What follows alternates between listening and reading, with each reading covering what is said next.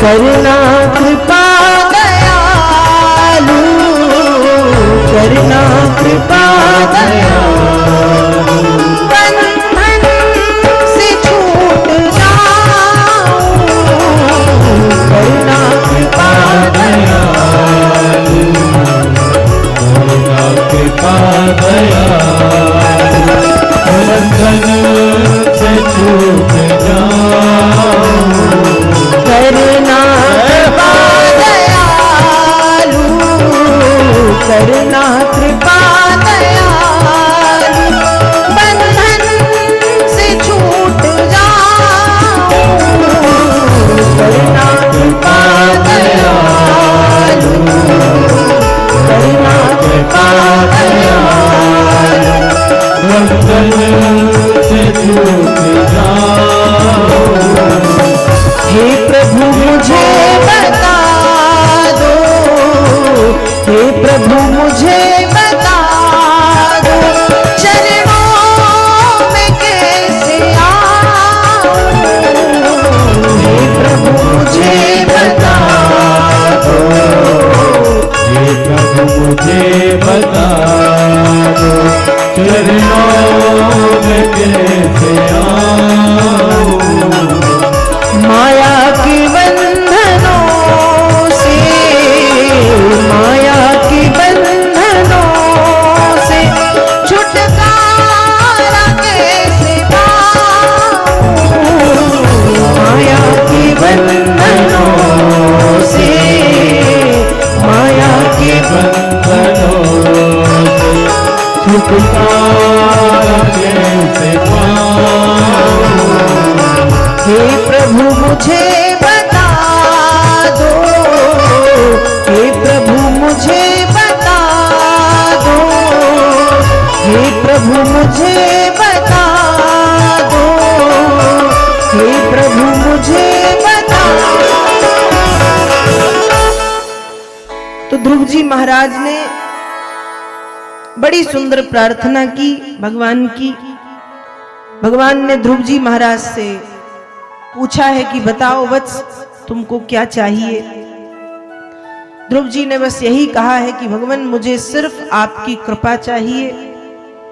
तब भगवान ने वरदान दिया कि मेरी कृपा तो सदैव तुम्हारे ऊपर है, लेकिन हे पुत्र 36,000 वर्ष तक तुम पृथ्वी पर रहोगे और 36,000 वर्ष के बाद जब पृथ्वी को छोड़ोगे तो उत्तर दिशा में मैं स्वयं तुम्हारे लिए ध्रुवलोक का निर्माण करवाऊंगा। उत्तर दिशा में तुम ध्रुव तारा और भक्त ध्रुव के नाम से जाने जाओगे, दुनिया के सारे तारे टूटे डूबे नष्ट हो, लेकिन तुम न टूटोगे, न डूबोगे, न नष्ट होगे। उत्तर दिशा में निश्चित स्थान तुम्हारा होगा। वरदान दे करके भगवान अंतर्धान हुए। वरदान पाकर के ध्रुव जी महाराज घर आए हैं, माता पिता सबसे मिले हैं। जब समय बीता है, बड़े हुए हैं, ध्रुव जी के भाई उत्तम यक्षों के साथ युद्ध करते समय मारे गए। 36,000 वर्ष तक पृथ्वी पर शासन करने के बाद जीवन के अंतिम क्षण में बद्रीनाथ की यात्रा प्रारंभ की। बद्रीनाथ में बैठ करके ध्रुव जी महाराज जीवन के अंतिम क्षणों में तपस्या कर रहे थे। जब तपस्या से उठे हैं, उस समय अचानक ध्रुव जी महाराज के सामने एक खूब सुंदर सी देवी हाथ जोड़ करके खड़ी हो गई। ध्रुव जी पूछ रहे हैं, आप कौन हैं? उत्तर दे रही है, तदोत्तान पदः पुत्रो ददर्शान्तकमागतम् मृत्योर्मूर्धनिं पदं दत्त्वा आरूरोहाद्भुतं ग्रहम्। हे महाराज ध्रुव, मेरा नाम मृत्यु है और मैं आपको लेने के लिए आई हूं। ध्रुव जी ने कहा तो चलो। मृत्यु हाथ जोड़ के सिर झुका के खड़ी है। ध्रुव कह रहे कि विलंब मैं आप कर रही हो, मैं नहीं, देर आप कर रही हो, मैं तो कब से तैयार खड़ा हूं। तब मृत्यु कहती है कि हे महाराज ध्रुव, संसार के लोगों को जब मैं लेने के लिए आती हूं तो किसी को रस्सी से बांध के घसीटते हुए, किसी को कोड़ों से मारते हुए, किसी को नाखूनों से नोचते हुए, किसी को दांतों के नीचे दबा करके ले जाती हूं। लेकिन हे महाराज ध्रुव, आज आपकी भक्ति के सामने मैं नतमस्तक होकर के खड़ी हूं, अर्थात मैं निवेदन करती हूं कि मेरे सिर पर पैर रख करके आप भगवत धाम के लिए प्रस्थान करें। और मृत्यु के सिर पर पैर रख करके ध्रुव जी महाराज भगवत धाम के लिए गमन करते हैं। इस तरह से श्रीमद् भागवत में श्री ध्रुव जी महाराज की पावन कथा का वर्णन श्री वेद व्यास जी करते हैं। और ध्रुव जी महाराज की अनन्य भक्ति के सामने मृत्यु को भी हाथ जोड़ करके सिर झुका करके खड़ा होना पड़ा। और अंत में मृत्यु के सिर पर पैर रख के ध्रुव भगवत धाम को गमन करते। ये भक्ति है और भगवान के नाम की शक्ति। एक बड़ा सुंदर भाव आता है हमारे शास्त्रों में, धनानि भूमौ पशवश्च गोष्ठे नारी गृहद्वारि सुता स्मशाने देहश्चितायां परलोक मार्गे धर्मानि गो गच्छति जीव एका। बड़ा सुंदर भाव है कि हम सोचते हैं कि जब हम मरेंगे तो मरने के बाद जो धन संपत्ति हम जोड़ जोड़ के रख रही है हमारे साथ जाएगी। बताओ क्या कुछ किसी के साथ जाता है? जाता है? हमारे भारत में बहुत बड़े एक बीतरागी हुए, एक बहुत बड़े संत कहें, भगवान कहें, क्योंकि 23 अवतारों में उनका नाम है, भगवान गौतम बुद्ध। नाम सुना होगा आप, तथागत। एक दिन गौतम बुद्ध किसी गांव में जब विहार करने के लिए पहुंचे तो उस गांव में एक महिला थी, उसका एक ही बेटा था और उसकी हो गई मृत्यु। क्या हुई? मर गया। अब एक बेटा, एक माँ का एक बेटा, तो और वो मर गया तो माँ की स्थिति कैसी रही होगी? पागल सी हो गई, यहां वहां भटकने लगी। अपने बेटे की, छोटा सा है, उसकी उस मरी हुए शरीर को लेकर के पता चला कि गांव में गौतम बुद्ध आए हैं। और गौतम बुद्ध कौन है? भगवान है। सुना है उसने, गौतम बुद्ध भगवान है, तथागत भगवान है, सिद्धार्थ भगवान है।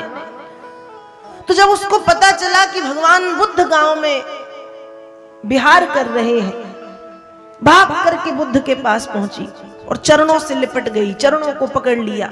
हे तथागत, सुना है मैंने कि तुम भगवान हो, सुना है मैंने कि तुम भगवान हो, और जब भगवान हो तो एक कृपा कर दो, मेरा एक ही बेटा है, मेरे जीवन का सहारा, इसको जीवित कर दो, इसको जीवन दान दे दो, ये मर गया है, इसमें प्राण फूंक दो, तथागत कृपा कर दो। भगवान बुद्ध ने जब उस मां की स्थिति देखी तो उसको तुरंत कुछ समझाना तो उचित नहीं समझा, क्योंकि समझाते भी तो समझती नहीं। इसलिए गौतम बुद्ध ने उसको कहा कि ठीक है मैं जीवित कर दूंगा, लेकिन मुझे कुछ चाहिए। मां कहती बताओ तथागत क्या चाहिए। बुद्ध कह रहे हैं कि मुझे थोड़ी सी पीली सरसों चाहिए। सरसों समझ गए ना, पीली वाली सरसों, पीली सरसों चाहिए। ठीक है मैं अभी लाती हूं, घर पे ही है। बुद्ध ने कहा ध्यान रहे, पीली सरसों ऐसे घर से चाहिए जिस घर में कभी किसी की मृत्यु ना हुई हो, जिस घर में कभी कोई मरा ना हो। यदि ऐसे घर से पीली सरसों तुम लाके दोगी तो तुम्हारे पुत्र को मैं भी जीवित कर दूंगा। अब मां तो मां पूरे गांव में भटकी, हर एक घर पे गई, पीली सरसों चाहिए, देने तो सब तैयार है। लेकिन जब लोगों ने उसकी दूसरी शर्त सुनी कि चाहिए तो, लेकिन चाहिए कैसे घर से जहां से कोई मरा ना हो, तो उस पूरे गांव में एक घर ऐसा नहीं था जहां पर कभी किसी की मृत्यु ना हुई हो। किसी का बेटा, किसी की मां, किसी की बहन, किसी की बेटी, किसी का पति, किसी का पिता, किसी की पत्नी, किसी का कोई संबंधी, कोई ना कोई उस घर में मरा है। थक गई और समझ गई कि बुद्ध क्या समझाना चाह रहे हैं। समझ गई कि बुद्ध क्या समझाना चाह रहे हैं कि दुनिया में जो आता है उसका जाना तय है। इस आने जाने वाले विषय में व्यक्ति को बहुत ज्यादा विचार विमर्श नहीं करना चाहिए। और ध्यान रखो, मृत्यु एक छुटकारा है और जन्म एक बंधन है। हम जब जन्म ले रहे हैं तो हम बंधन में बनते हैं, लेकिन जब हम मृत्यु को प्राप्त होते हैं तो हम छुटकारा, मुक्त हो रहे हैं। इस बात को हम नहीं समझ सकते क्योंकि हम संसार में रहने वाले लोग हैं, लेकिन फिर भी हमें ये समझने का प्रयास करना चाहिए कि जब हम आए हैं तो हम जाएंगे। बहुत ज्यादा इस विषय पर हम सोच विचार ना करें तो अच्छा है। तो मैं आपसे बता रही थी कि जब हम इस दुनिया में आते हैं तो हम सोचते हैं, हम सब सोचते हैं कि हमारा धन संपत्ति जो इतना सब कुछ हम जोड़ रहे हैं ये हमारे साथ जाएगा। धनानि भूमौ, ये हमारे साथ जाएगा। ये धन, ये संपत्ति, ये भूमि, ये वाहन, ये गाड़ी, ये घोड़े, पर किसी के साथ जाते हैं? जाते हैं? नहीं। एक राजा था तो राजा, लेकिन बहुत कंजूस, इतना कंजूस कि गांव में कभी कोई अच्छे काम होने ना दे। अपने राज्य में खुद से कभी कोई दान पुण्य के काम ना करे। राजा की पत्नी परेशान हो गई। अब जब परेशान हुई तो परेशान होकर एक संत के पास पहुंची और संत के सामने अपनी बात रखी कि महाराज जी, मेरे पति देव हैं तो बड़े अच्छे, लेकिन इतने कृपण हैं, उनको लगता है कि जो सब वो जोड़ रहे हैं वो साथ में लेके जाएंगे। न दान खुद करते हैं, न करने देते हैं, न अच्छा काम करने देते, न कभी भंडारा, न पूजन, न अनुष्ठान, न यज्ञ, न दान, न पुण्य, न परमार्थ, कुछ नहीं, कुछ भी नहीं, कुछ भी नहीं। कुछ कृपा करो, उनको समझाओ। संत ने कहा तुम जाओ, शाम को आऊंगा। संत पहुंचे। अब राजा जैसा भी था लेकिन संतों की सेवा और संतों की आज्ञा को मानता था। संत जी आए तो खूब स्वागत सम्मान किया। संत जी ने कहा महाराज बैठने का समय तो है नहीं, एक काम करना है मेरा आपको। राजा ने कहा बताइए प्रभु क्या काम है। संत जी ने अपने झोले से एक सुई निकाली, कपड़ा सीने वाली सुई, और राजा के हाथ में दी और कहा कि सुनो, मैं कुछ समय के बाद समाधि ले रहा हूं। समाधि ले रहा हूं मतलब मर जाऊंगा, तो ये सुई तुम रख लो, जब तुम आओ इस दुनिया को छोड़ के तो ये सुई लेके आना। और ऐसा कह के संत चले गए। और उस समय तो राजा राज्य के काम में व्यस्त था, उसने उस बात पर ध्यान नहीं दिया। उसने कहा ठीक है ले आऊंगा। अब रात में जब राजा अपने कक्ष में विश्राम करने पहुंचा तब उसको संत की बातें याद आई कि इन्होंने सुई ले जाने कहा है, जब ये खुद नहीं ले जा सकते तो मैं कैसे ले जाऊंगा? और मुझे तो पता है कि हम ऐसे खाली हाथ आते और ऐसे ही जाते हैं, और जब जाना ऐसे है तो इतनी सी सुई मैं कैसे लेके जाऊंगा? उस समय राजा को ये ज्ञान हुआ कि संत मुझे क्या समझाने आए थे, कि जिसका इतना मोह पाल करके मैं बैठा हूं, ये सब कुछ मेरे साथ जाने वाला नहीं है। तो शास्त्र कह रहे हैं धनानि भूमौ, हमारा धन हमारे साथ नहीं जाता। भूमौ, हमारी भूमि, हमारी प्रॉपर्टी, हमारे मकान, हमारे बाग बगीचे, खेत खलिहान हमारे साथ नहीं जाते। फिर पशवश्च गोष्ठे, हमारे वाहन साधन, हाथी घोड़े गैया बैल भैंस, ये भी साथ नहीं जाते। गाड़ियां अपने स्थान पे खड़ी रह जाती हैं, हाथी घोड़े अपने स्थान पे खड़े रह जाते हैं, ये साथ नहीं जाते। तो धनानि भूमौ पशवश्च गोष्ठे नारी गृहद्वारी, नारी मतलब पत्नी, नारी मतलब धर्म पत्नी। जिस पति पत्नी के रिश्ते को कहा जाता है कि 7 जन्म, जन्म जन्म का साथ है हमारा तुम्हारा, एक जन्म का भरोसा नहीं, और 7 जन्मों की बातें हम करते हैं। एक जन्म का भरोसा नहीं कि एक ही जन्म में साथ में है कि नहीं, और हम 7 जन्म और जन्म जन्म की बात करते हैं और सोचते हैं कि जब हम मरेंगे तो हमारी धर्म पत्नी पीछे पीछे हमारे साथ आएगी। नहीं जाती, जाती है कहां तक? नारी गृहद्वारी, घर के द्वार तक, घर के दरवाजे तक, ज्यादा से ज्यादा आंगन तक, उससे ज्यादा स्मशान तक जाएगी, पर वो भी साथ नहीं जाती। नारी गृहद्वारी सुता, सुता मतलब बेटा और बेटी, संतान, संतान भी साथ में नहीं जाती। जिसको हम पालते हैं, पोसते हैं, बड़ा करते हैं, संभाल संभाल के उसको रखते हैं, वो संतान भी हमारे साथ नहीं जाती। जाती है कहां तक? सुता स्मशाने, संतान स्मशान तक जाती है और स्मशान में आग लगा करके आ जाती है। अब देहश्चितायाम, धन नहीं जाता, भूमि नहीं जाती, वाहन नहीं जाते, पत्नी नहीं जाती, बच्चे नहीं जाते, तो हमारा ये शरीर हमारे साथ जाता होगा। ये शरीर जिसको हम खूब संभाल के सजा के रखते हैं, ये शरीर साथ जाता है? जाता है? अब कहो हमारा शरीर जाएगा, अरे नहीं जाता। कहां तक जाता है? देहश्चितायाम, देह जाती है चिता। ये 80-90-100 किलो का शरीर इतना सा हो जाता है जलने के बाद, एक लोटे में आ जाता है, आ जाता है। फिर उसी लोटे को लेके हम कहां जाते हैं? गंगा जी, प्रयागराज। तो देहश्चितायाम, देह जाता है चिता तक, और चिता में जल करके हो जाता है राख। माटी का खिलौना माटी में मिल जाएगा, मिट्टी में मिल गया, देह चिता तक। तो देहश्चितायाम परलोक मार्गे, क्या जाता है? धन नहीं जाता, भूमि नहीं जाती, वाहन नहीं जाते, पति पत्नी संतान, हमारा खुद का शरीर नहीं जाता, तो क्या जाता है? कहा देहश्चितायाम परलोक मार्गे धर्मानिगो गच्छति जीव एका। हमारे साथ केवल हमारा धर्म जाता है, हमारे साथ केवल हमारे सुंदर कर्म जाते हैं, हमारे साथ केवल भगवान का पावन नाम जाता है, बाकी सब यहीं रखा रह जाता है, मिट्टी में मिल जाता है। तो हमने वो तो खूब जोड़ा जो साथ में नहीं जाना, जोड़ा है ना।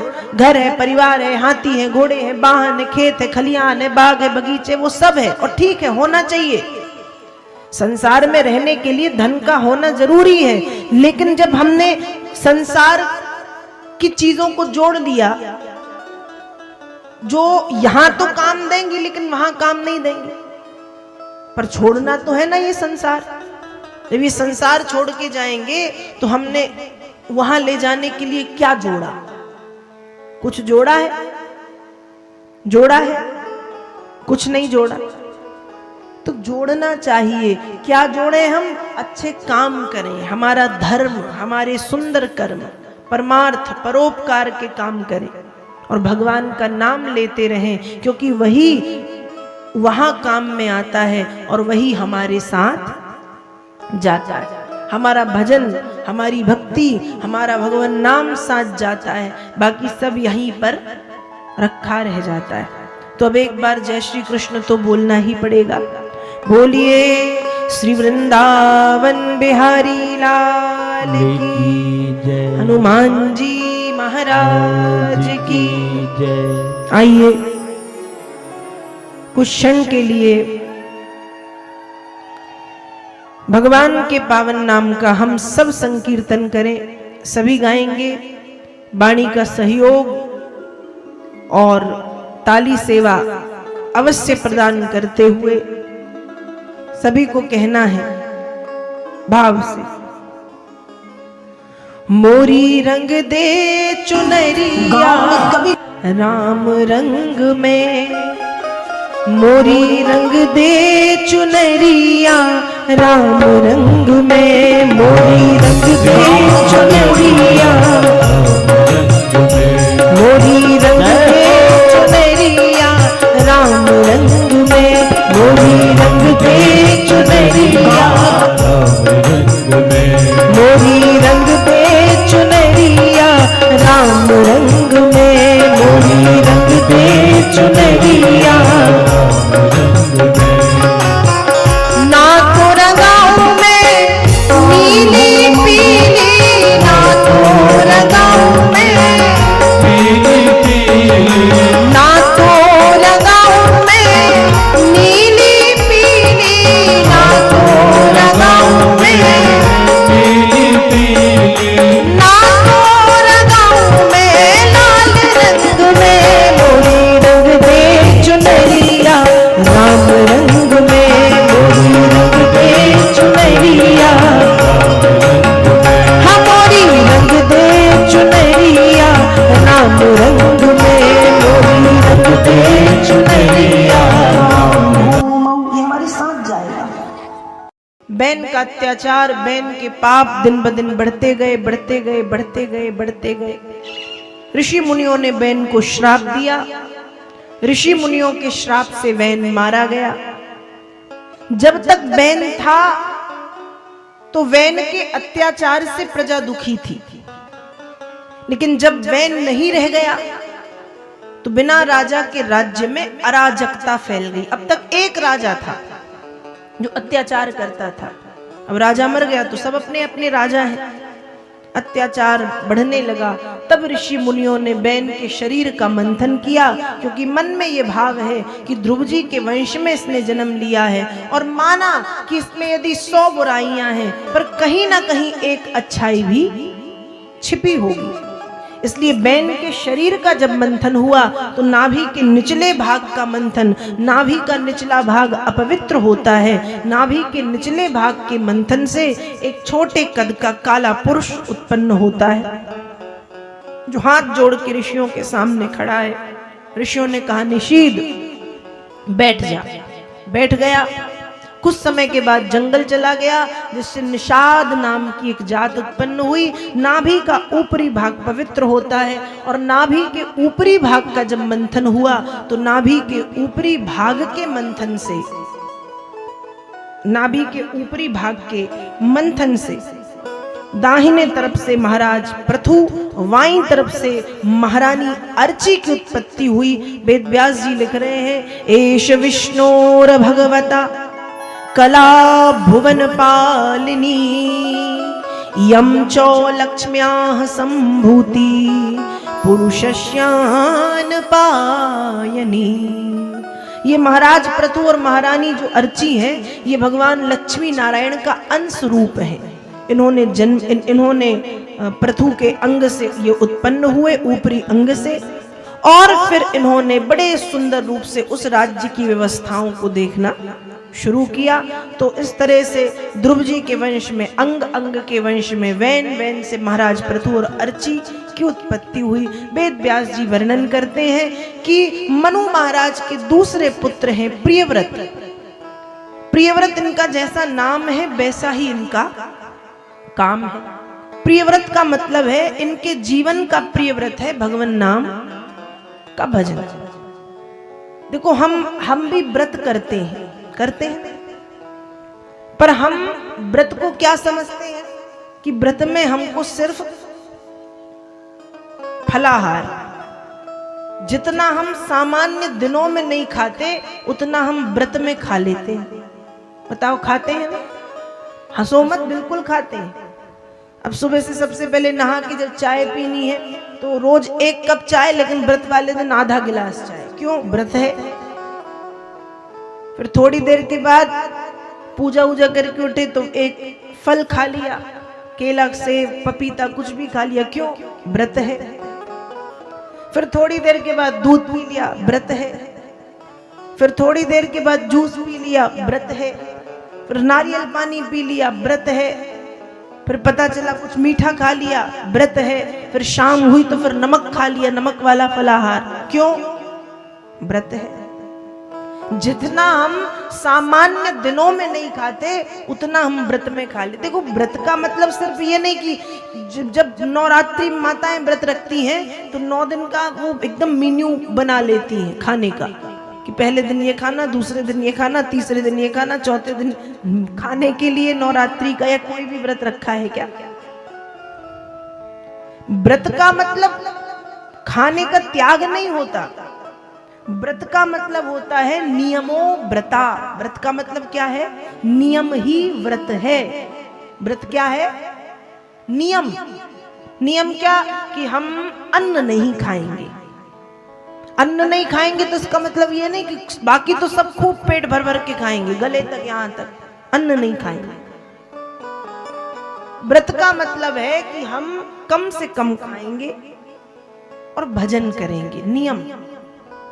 व्रत का मतलब है कि हम 1 घंटे बैठ के आज माला का जाप करेंगे। नियम।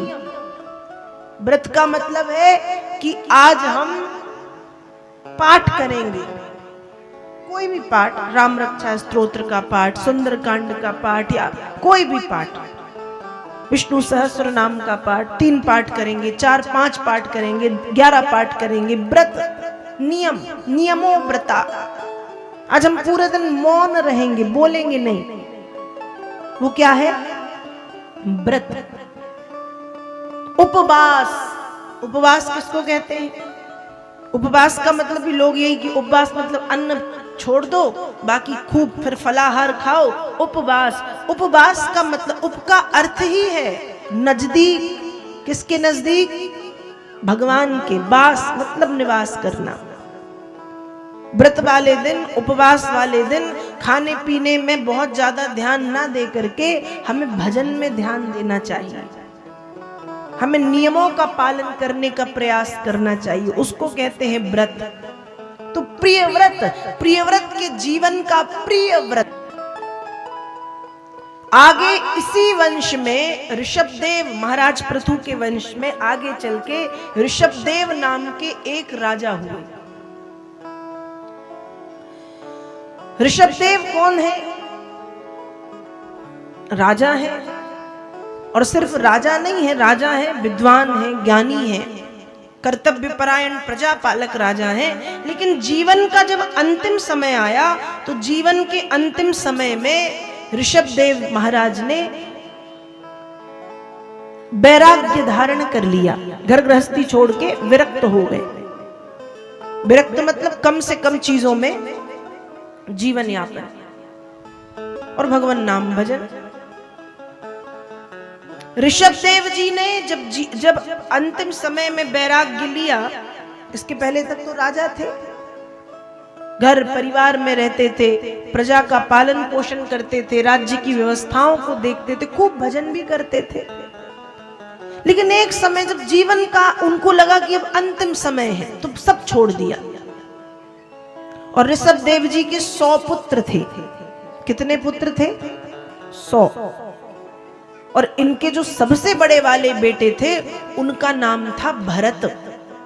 ऋषभदेव जी ने अपने बड़े पुत्र भरत को राज्यपाट सौंप दिया, राज्य गद्दी सौंप दी और विरक्त हो गए, वैराग्य धारण कर लिया। वैराग्य मतलब कम से कम चीजों में जीवन यापन करके भजन करने लगे।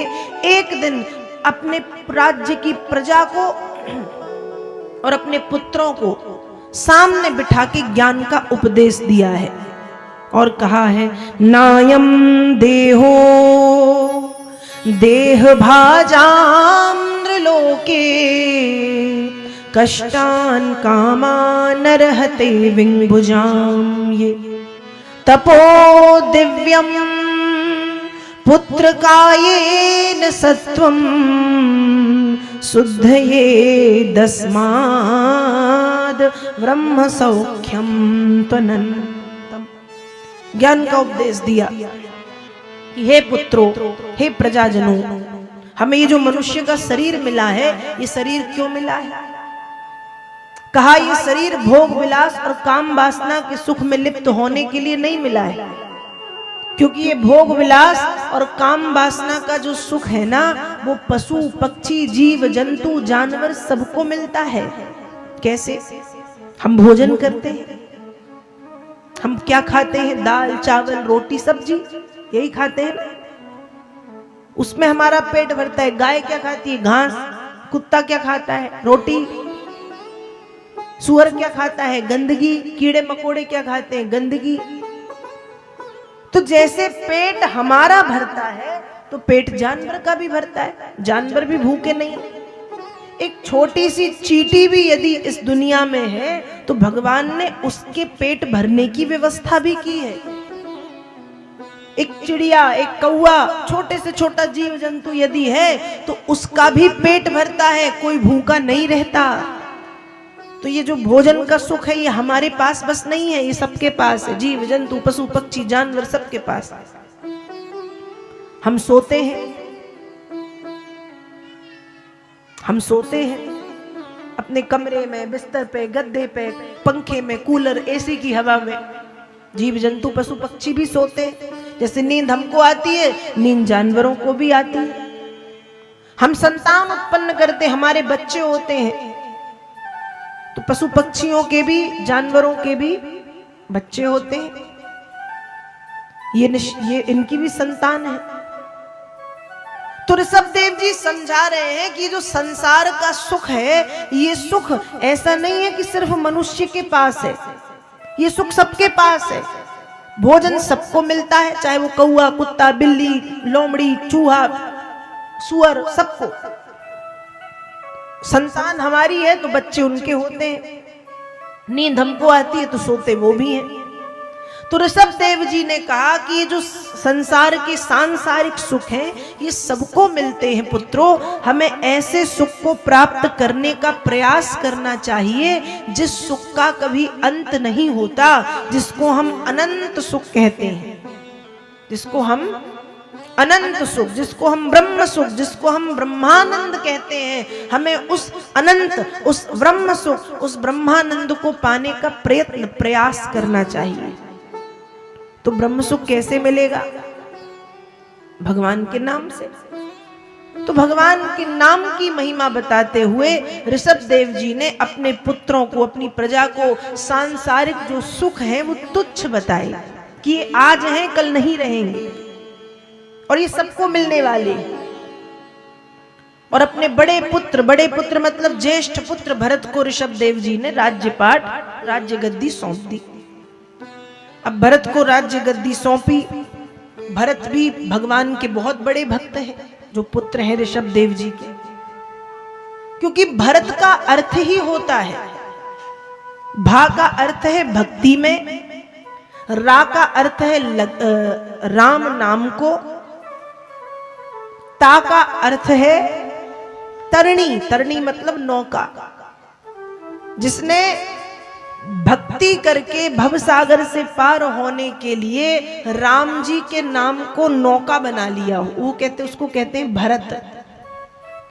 भरत किसे कहते हैं? का भा मतलब भक्ति में, रा मतलब रत होके मतलब लग करके, ता मतलब तम और तम मतलब अंधकार। जिसने भक्ति में लग करके जीवन के अंधकार को समाप्त कर दिया हो, उसको कहते हैं भरत। तो ऋषभदेव जी के बड़े पुत्र हैं भरत, और जैसा नाम है वैसे गुण है। राज्यपाठ तो संभाल रहे हैं, लेकिन दिन रात भजन भी चलता रहता है। एक समय भरत के मन में भी ये बात आ गई कि ये राज्यपाट मेरे किसी काम का नहीं, विरक्ति हो आई, वैराग्य आ गया और भरत ने सब छोड़ दिया, घर परिवार राज्यपाट सब छोड़ छाड़ के भाग गए। कहां भागे?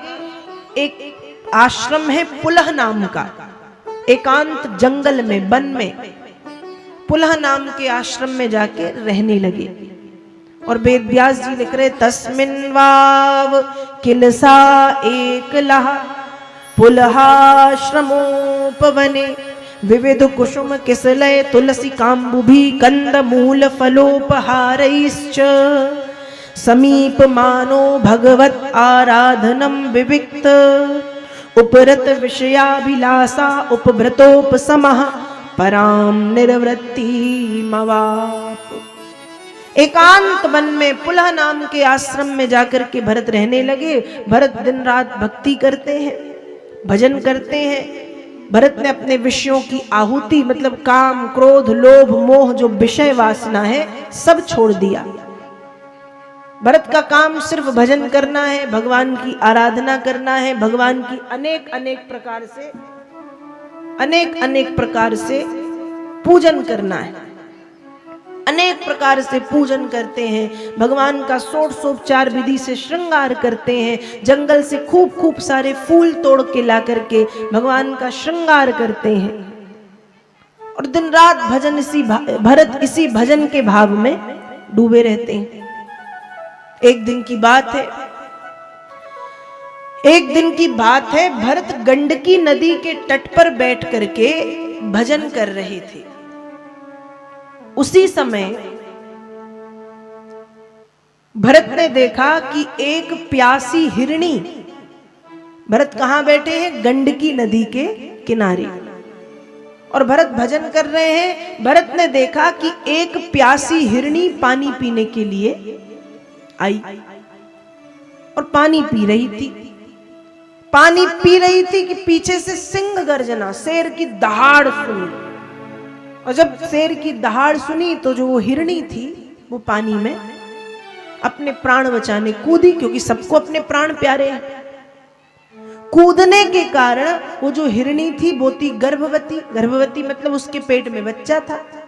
तो कूदने के कारण उसका जो बच्चा है वो पानी में गिर गया।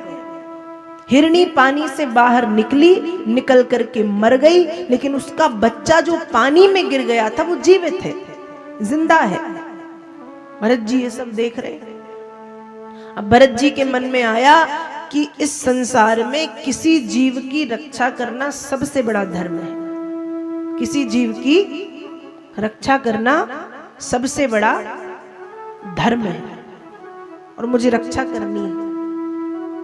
तो भरत जी ने अपने भजन से उठे और तुरंत उस हिरण के बच्चे को पानी से निकाला, उसको साफ किया, पोंछा पाछा और उसको अपने साथ अपने आश्रम में ले आए। देखो, भरत जी को उसको बचाना था, लेकिन उसको आश्रम में ना लाके उसको उसके हाल पे छोड़ देना था। लेकिन भरत ने उसको बचाया, उसको साफ सुथरा किया, अपने आश्रम में ले आए और अब भरत दिन रात उस हिरण के बच्चे की सेवा में लग गए। जो भरत दिन रात भजन करते थे, जिन भरत की शुरुआत सूर्य नारायण को अर्घ देने से होती है सुबह, अब उनकी सुबह उस हिरण के बच्चे की सेवा से हो रही है। फूल तोड़ने जाते, उसको साथ में ले जाते, उसको घुमाते, उसको फिराते, उसको सुलाते, उसको घास खिलाते, दिन रात उसी की सेवा में और उसी के खेल में लगे रहते। भरत जिस काम को छोड़ करके जंगल में आए थे कि मुझे मोह से बचना है, मुझे मोह मतलब बंधन, किसी का भी बंधन, राज्य का, परिवार का, समाज का, संतान का, माता पिता का, पति पत्नी का, मुझे बंधन से, मुझे मोह से मुक्त होना है। जिस मोह से मुक्त होने के लिए भरत जंगल में आए थे, जंगल में आकर के उसी मोह के बंधन में बंध गए। मोह किससे हुआ? जानवर से। देखो, भजन करने के लिए जरूरी नहीं है कि हमको घर परिवार सब छोड़ना पड़े। भजन घर में रह करके भी हो सकता है, और जिनको नहीं करना भजन वो हिमालय पर्वत की गुफा में जाके भी बैठेंगे तो उनका मन लगने वाला नहीं। तो भरत के साथ भी कुछ ऐसा ही है कि घर परिवार सब छोड़ के जंगल में आए कि मोह से दूर रहना है, मोह में नहीं पड़ना, मोह में नहीं बंधना। और जंगल में आके उसी मोह के बंधन में भरत बंध गए, एक हिरण के बच्चे के मोह में बंध गए। देखते ही देखते जब वो हिरण बड़ा हुआ तो अपने ही साथ वाले जब हिरणों को देखा, झुंड को, तो उन्हीं अपने ही जैसे हिरणों के साथ झुंड में शामिल होकर के वो भाग गया। भरत ने खूब ढूंढा, नहीं मिला, दिन रात ढूंढा, कई कई दिनों तक ढूंढा, नहीं मिला। और जब नहीं मिला तो उसी की याद और उसी की आसक्ति में, मोह में पड़े पड़े भरत की क्या हो गई? मृत्यु हो गई। उसी की याद करते करते भरत मर गए।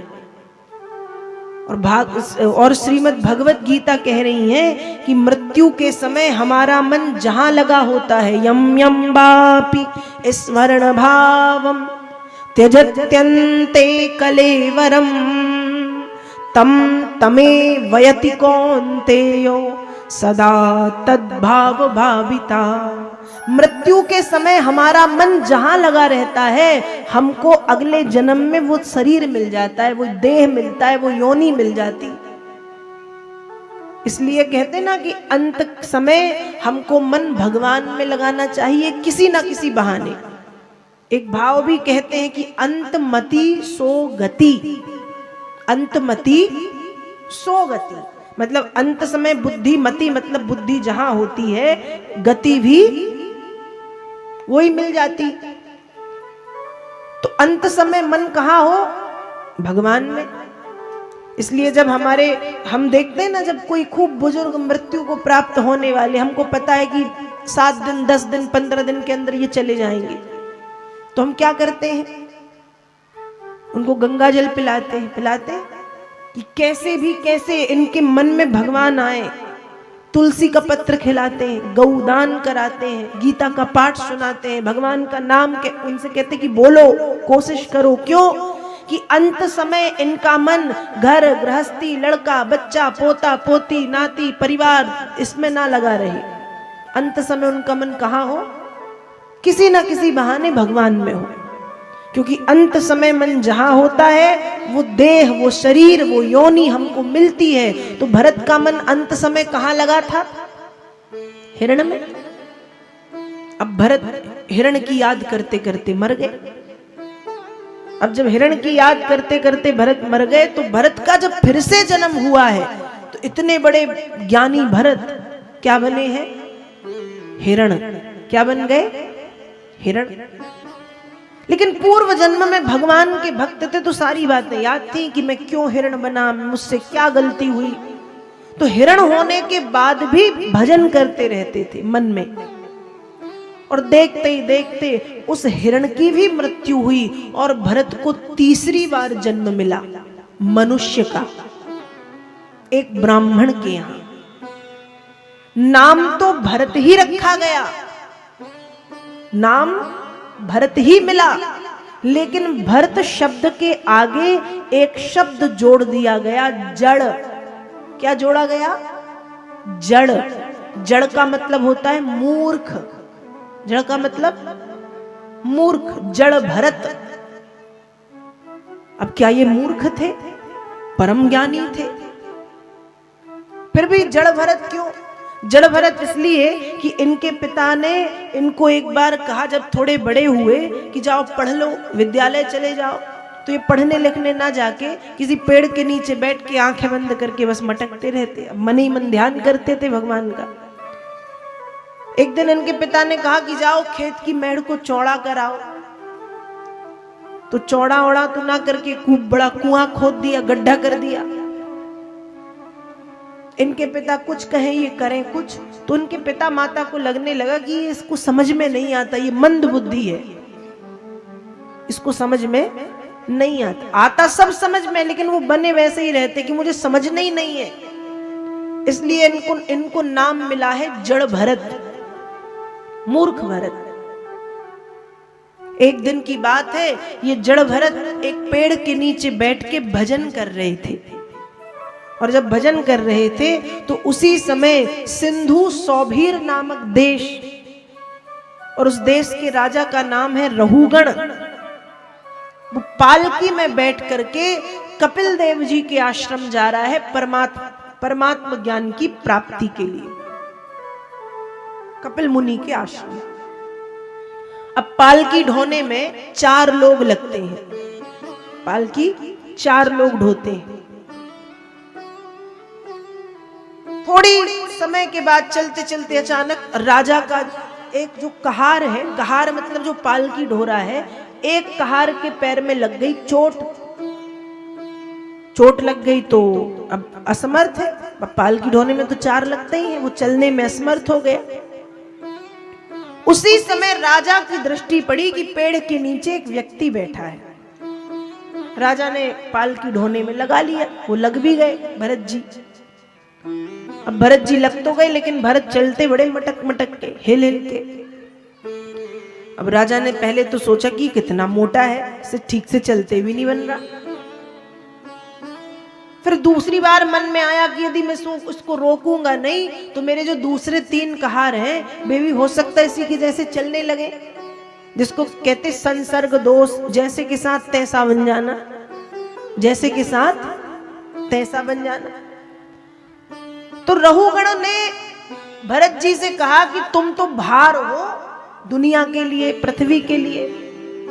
पहली बार भरत ने ध्यान ही नहीं दिया। दूसरी बार कहा तो भरत उत्तर देते हैं कि महाराज मैं भार नहीं हूं, हमारा ये शरीर 5 तत्व से बना है। 5 तत्व मतलब क्षिति, जल, पावक, गगन, समीरा। क्षिति मतलब पृथ्वी से, गगन मतलब आकाश से, क्षिति जल, जल मतलब पानी से, क्षिति जल पावक अग्नि से, गगन आकाश, समीरा वायु।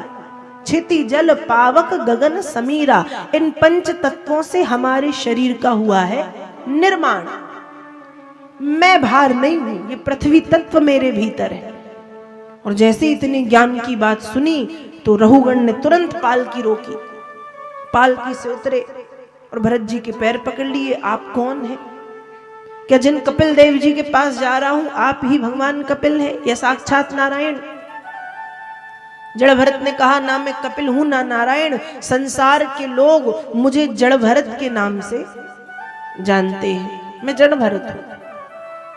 उस समय राजा रहुगण ने कहा कि हे भगवान आप मुझे बताएं कि व्यक्ति को जीवन में परमात्मा ज्ञान की प्राप्ति कैसे होती। तब रहुगण को भरत जी ज्ञान का उपदेश देते हुए कहते हैं, रहुगणै तत तपसा नयाति न चेज्जया निर्वपणाद्राद्वा न च छन्दसा नैव जलाग्नि सूर्यै विना महत्वाद् रजोभिषेकम्। रहुगणै तत तपसा नयाति, तपस्या करने से परमात्मा ज्ञान की प्राप्ति नहीं होती। नचेत जया, खूब बड़े बड़े यज्ञ करने से भी परमात्मा ज्ञान नहीं मिलता। निर्वपणाद् ग्रहाद्वा, घर को छोड़ के झोपड़ी में जंगल में रहने से भी परमात्मा ज्ञान नहीं मिलता।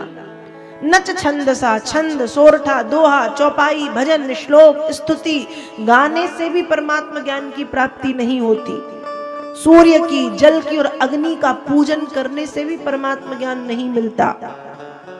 तो कैसे मिलता है? कहा बिना महत्वाद रजोभिषेकम, जब तक भगवत चरणारविंद मकरंद की सेवा ना की जाए, जब तक भगवत चरणारविंद मकरंद की सेवा ना की जाए तब तक परमात्मा ज्ञान की प्राप्ति नहीं होती। जीवन में यदि परमात्मा ज्ञान चाहिए तो भगवत चरणारविंद मकरंद की सेवा के साथ जीवन का जो सार हरिनाम, उस सार को अपने जीवन में उतारना चाहिए।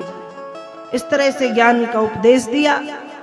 भरत जी महाराज से ज्ञान लेकर के बार बार प्रणाम करके रहुगण प्रस्थान कर गए। इस तरह से भागवत में जड़ भरत की पावन कथा का वर्णन वेद व्यास जी करते हैं और अंत में इस कथा का सार यही बताते हैं कि हरि नाम ही जीवन का सार है।